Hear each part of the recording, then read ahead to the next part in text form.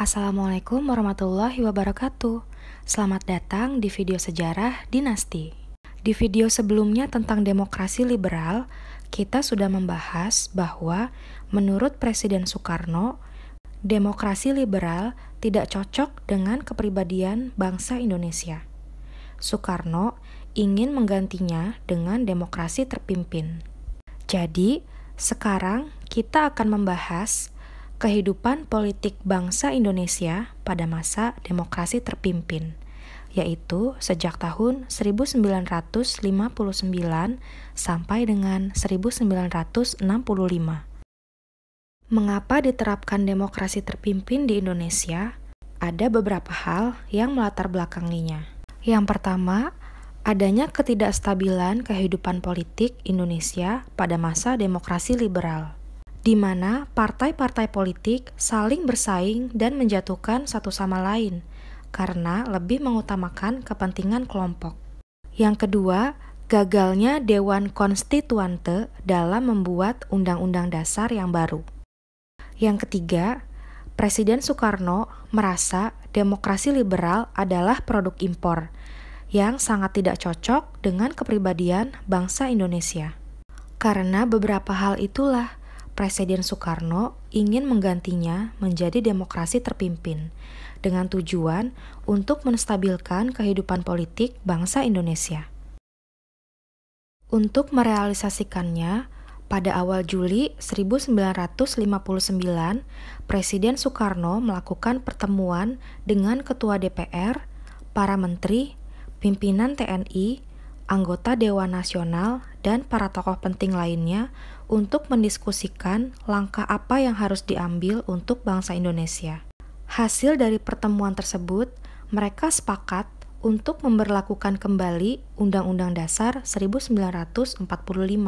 Pertemuan dilanjutkan dengan pidato singkat Presiden Soekarno pada tanggal 5 Juli 1959 pukul 17 waktu Indonesia Barat, sekaligus dengan mengeluarkan dekret presiden yang berisikan 3 ketentuan pokok, yaitu pembubaran Dewan Konstituante, diberlakukannya kembali Undang-Undang Dasar 45, sehingga Undang-Undang Dasar sementara 1950 tidak berlaku lagi. Pembentukan Majelis Permusyawaratan Rakyat sementara dan Dewan Pertimbangan Agung sementara. Dikeluarkannya dekret presiden ini menjadi tanda berakhirnya masa demokrasi liberal dan mulai diberlakukannya demokrasi terpimpin.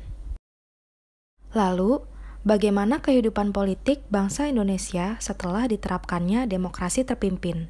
Kehidupan politik pada masa itu tidak lepas dari pelaksanaan demokrasi yang terpusat pada kepemimpinan Presiden Soekarno. Presiden Soekarno seolah menjadi aktor tunggal dalam kehidupan politik bangsa Indonesia.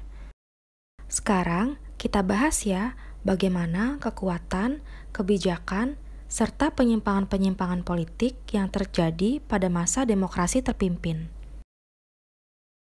Pada HUT RI tahun 1959, Presiden Soekarno berpidato dengan judul Penemuan Kembali Revolusi Kita. Dalam pidatonya, Presiden Soekarno menyerukan tentang semangat revolusi, keadilan sosial, serta penyusunan ulang lembaga dan organisasi negara demi revolusi yang berkesinambungan.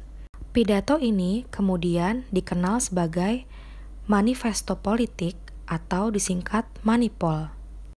Manipol mencakup 5 gagasan penting, yaitu Undang-Undang Dasar 45, Sosialisme Indonesia, Demokrasi terpimpin, Ekonomi terpimpin, dan Kepribadian Indonesia, yang kemudian disingkat USDEK, sehingga dikenal dengan istilah Manipol USDEK. Dalam perkembangannya, Manipol USDEK menjadi ideologi resmi pada masa demokrasi terpimpin, dan dijadikan sebagai garis-garis besar haluan negara. Nah, kalian masih ingat kan pada video tentang demokrasi liberal? Disebutkan bahwa partai politik tumbuh subur dan saling bersaing di masa itu. Sehingga pada masa demokrasi terpimpin, pemerintah membatasi peran partai politik dengan cara mengeluarkan Peraturan Pemerintah Nomor 7 Tahun 1959 yang berisi partai politik harus menerima dan membela Undang-Undang Dasar 45 serta Pancasila, menggunakan cara-cara damai dan demokrasi untuk mewujudkan cita-cita politik. Menerima bantuan luar negeri hanya seizin pemerintah. Partai politik setidaknya harus memiliki cabang di 1/4 wilayah Indonesia. Presiden berhak menyelidiki administrasi dan keuangan partai. Presiden berhak membubarkan partai yang terindikasi melakukan pemberontakan terhadap pemerintah.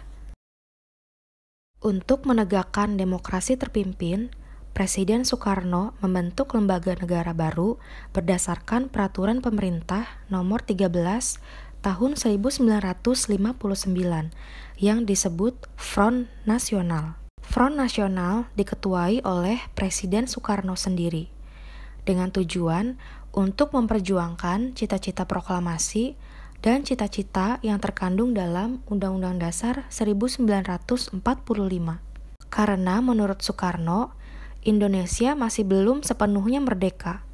Masih ada wilayah Indonesia yang diduduki oleh Belanda, yaitu wilayah Irian Barat.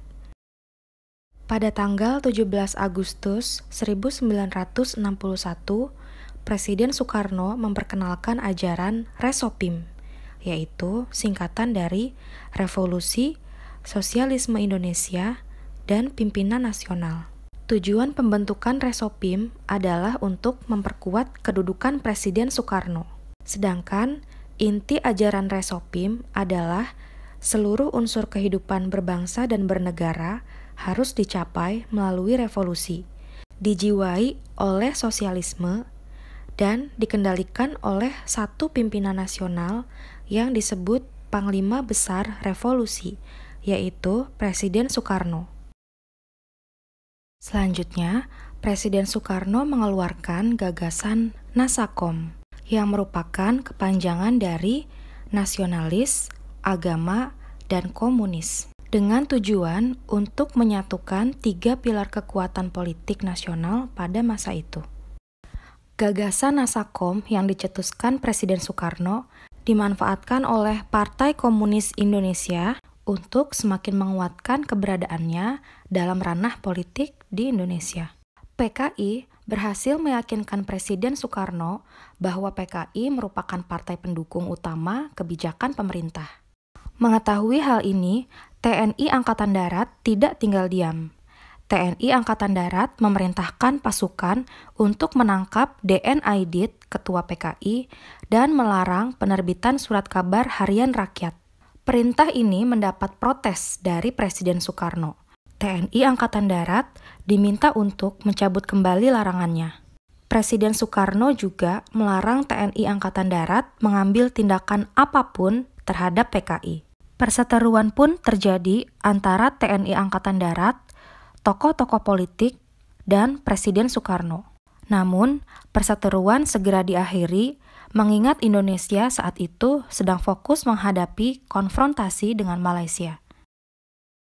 Sejauh yang sudah kita bahas tentang kehidupan politik pada masa demokrasi terpimpin ini, banyak sekali ya kebijakan atau sikap pemerintah yang tidak sesuai dengan Pancasila dan Undang-Undang Dasar 45.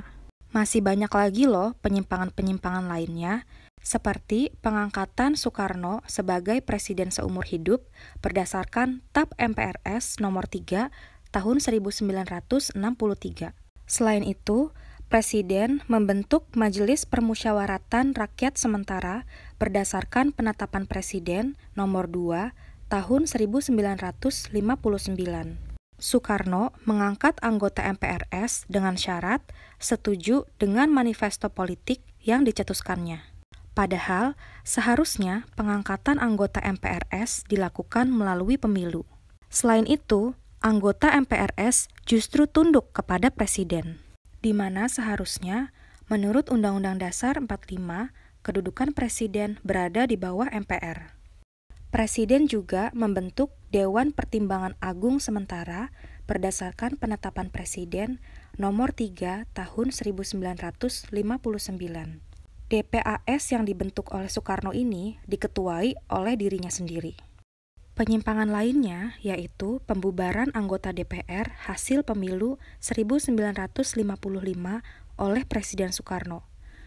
Karena DPR menolak RAPBN yang diajukan pemerintah.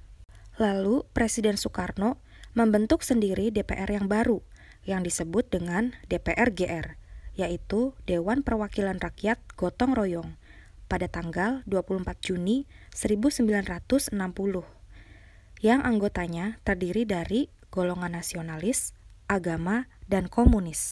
Tindakan Presiden Soekarno ini jelas bertentangan dengan Undang-Undang Dasar 45, di mana seharusnya seorang presiden tidak dapat membubarkan dan membentuk DPR. Sangat disayangkan ya, penerapan demokrasi terpimpin yang pada awalnya bertujuan untuk menciptakan kehidupan yang dipimpin oleh hikmah kebijaksanaan dalam permusyawaratan dan perwakilan, justru malah menjadi perwujudan dari kehendak presiden yang ingin menjadi paling berkuasa di Indonesia. Pada video pembelajaran sejarah selanjutnya, kita masih akan membahas tentang masa demokrasi terpimpin, yaitu pada bidang politik luar negeri di mana Indonesia menghadapi konfrontasi dengan Malaysia, dan politik luar negeri Indonesia yang condong ke blok timur, serta pembahasan tentang pembebasan Irian Barat dari tangan Belanda.